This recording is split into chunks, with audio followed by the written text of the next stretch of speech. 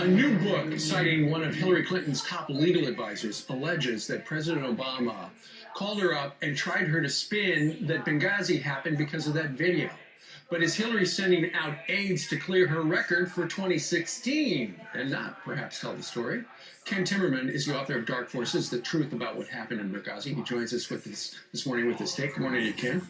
Good morning. How are you doing? I'm doing okay. Edward Klein's got a new book out coming up called Blood Feud. In it, he says the night of the attack on September the 11th, the president around 10 o'clock calls Hillary and says, hey, you got to say it's because of the video.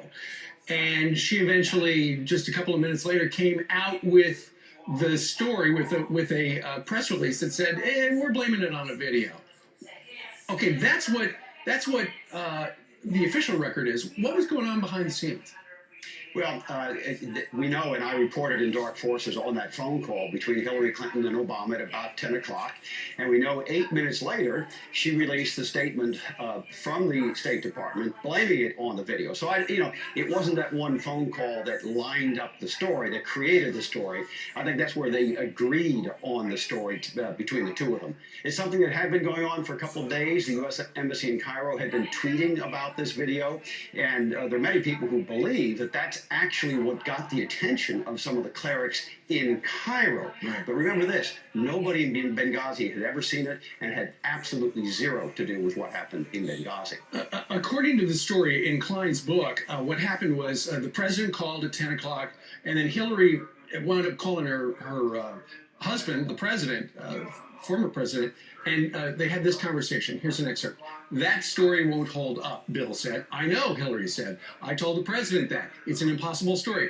Bill said, I can't believe the president is claiming it wasn't terrorism. Then again, maybe I can. It looks like Obama isn't going to allow anyone to say that terrorism has occurred on his watch. So even though, and at one point, according to the book, she thought about resigning, but then she decided, well, if I run for president, Democrats are going to be steamed if I resign, and I heard Obama on his re-election. But you say this is all a story just put out there by her aides to save her run for 2016 and to deflect against the fact that she had some real responsibilities security-wise, and she failed. Absolutely. Look, Benghazi is the albatross around Hillary Clinton's neck. She's desperately trying to get it off of her.